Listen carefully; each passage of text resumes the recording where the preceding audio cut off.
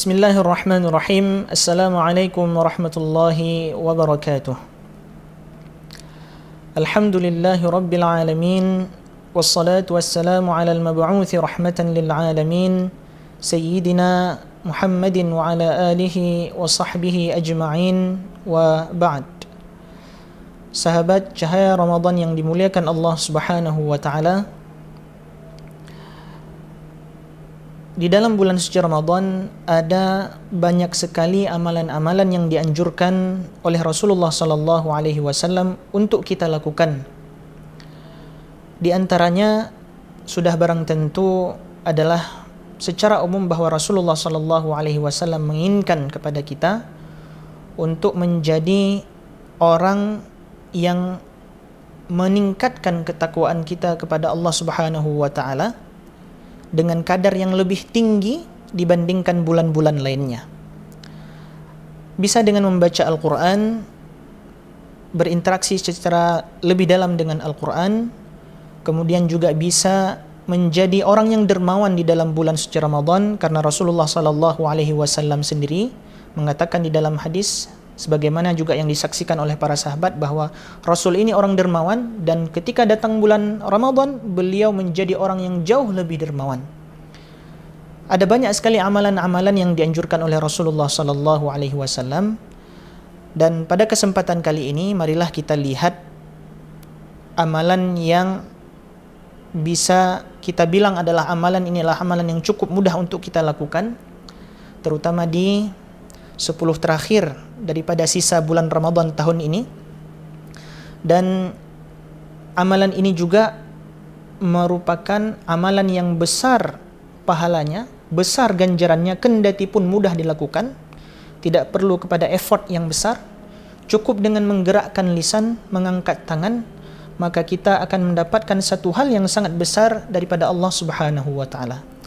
Lalu pertanyaannya, apa amalan tersebut?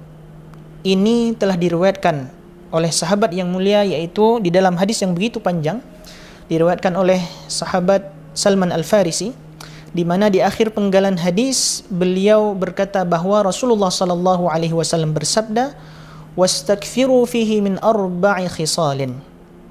Rasul bersabda bahwa perbanyaklah olehmu di dalam bulan suci Ramadan daripada 4 perkara. Apa saja 4 perkara tersebut? Kata Rasul, khaslatani turduna bihima rabbakum wa khaslatani la ghina bikum anhuma. 2 perkara daripada 4 tersebut adalah perkara yang dapat mendatangkan keridhaan Allah Subhanahu wa taala. Dan 2 perkara lainnya adalah 2 perkara la ghina bikum anhuma, tidak boleh kita tinggalkan sama sekali. Apa amalan ini?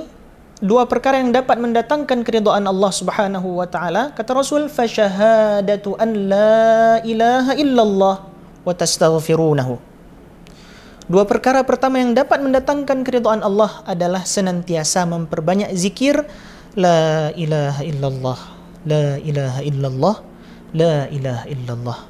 Sudah barang tentu zikir la ilaha illallah bukan hanya diucapkan dengan lisan semata, namun juga harus dengan penuh kekhusyukan, penuh penghayatan, dan penuh khidmat dengan hati dan jiwa yang hadir, di mana kita harus meyakini bahwa kalimat ini adalah kalimat yang dapat membukakan pintu syurga kelak kepada kita, di mana orang kafir tidak masuk surga bukan karena tidak baik, namun karena tidak mengucapkan kalimat ini, yaitu kalimat la ilaha illallah. Maka kata Rasul, wastakfiru fihi, perbanyaklah olehmu zikir la ilaha illallah, la ilaha illallah, la ilaha illallah.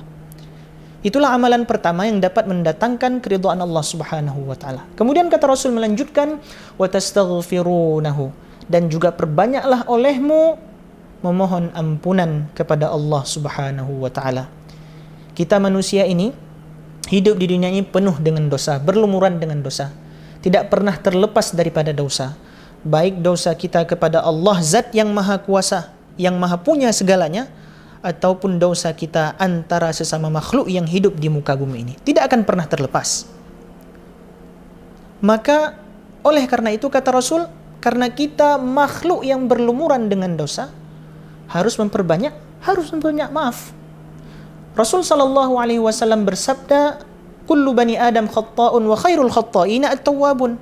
Memanglah kita manusia ini adalah makhluk yang khata', yang bukan hanya sekali mengerjakan kesalahan, bukan.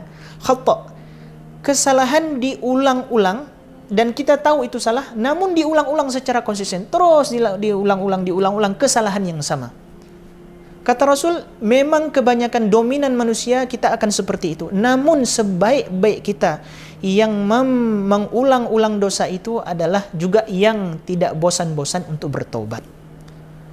Maka kata Rasul, dua perkara ini, yaitu mengucapkan, memperbanyak syahadat la ilaha illallah, zikir la ilaha illallah, dan memohon ampunan kepada Allah Subhanahu wa taala, ini dapat mempercepat datangnya ridha Allah Subhanahu wa taala kepada kita. Kemudian apa dua amalan lainnya ataupun apa dua zikir lainnya? Rasul sallallahu alaihi wasallam melanjutkan, wa khaslatani la ghina bikum anhuma, dan dua perkara lainnya yang tidak boleh sama sekali kita tinggalkan, fatas'aluna lahul jannah wa tasta'idzuuna bihi minan nar. Dua amalan lainnya yang tidak boleh kita tinggalkan di bulan suci Ramadan dan harus kita perbanyak adalah meminta surga daripada Allah Subhanahu wa taala dan memohon perlindungan Allah daripada siksaan api neraka kelak. Dan ini sering kita lihat, sering kita dengar sebagaimana diucapkan oleh imam, oleh bilal kita di masjid-masjid, di mana para imam, para bilal berdoa mengangkat tangan dengan kalimat Allahumma inna nas'aluka ridhaka wal jannah. Ya Allah, kami memohon ridhamu dan kami juga memohon surgamu.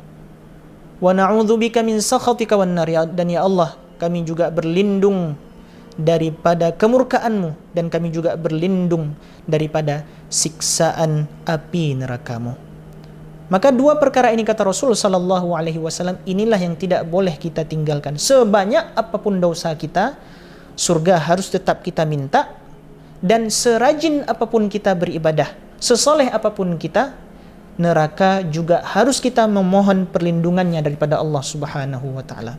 Oleh karena itu, sahabat cahaya Ramadan yang dimuliakan Allah Subhanahu wa taala, di sisa-sisa Ramadan tahun ini, tepatnya Ramadan 2026 1447 Hijriah ini, marilah kita perbanyak zikir ini, yaitu zikir la ilaha illallah, la ilaha illallah.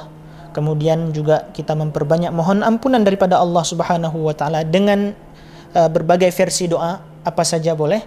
Kemudian juga kita memohon untuk meminta surga dan memohon perlindungan Allah daripada api neraka.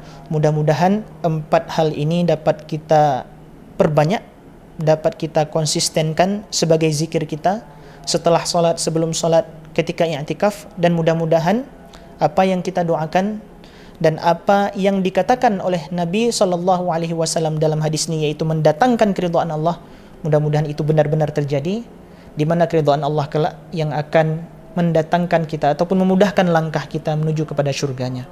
Hadanallahu wa iyyakum ajma'in. Assalamualaikum warahmatullahi wabarakatuh.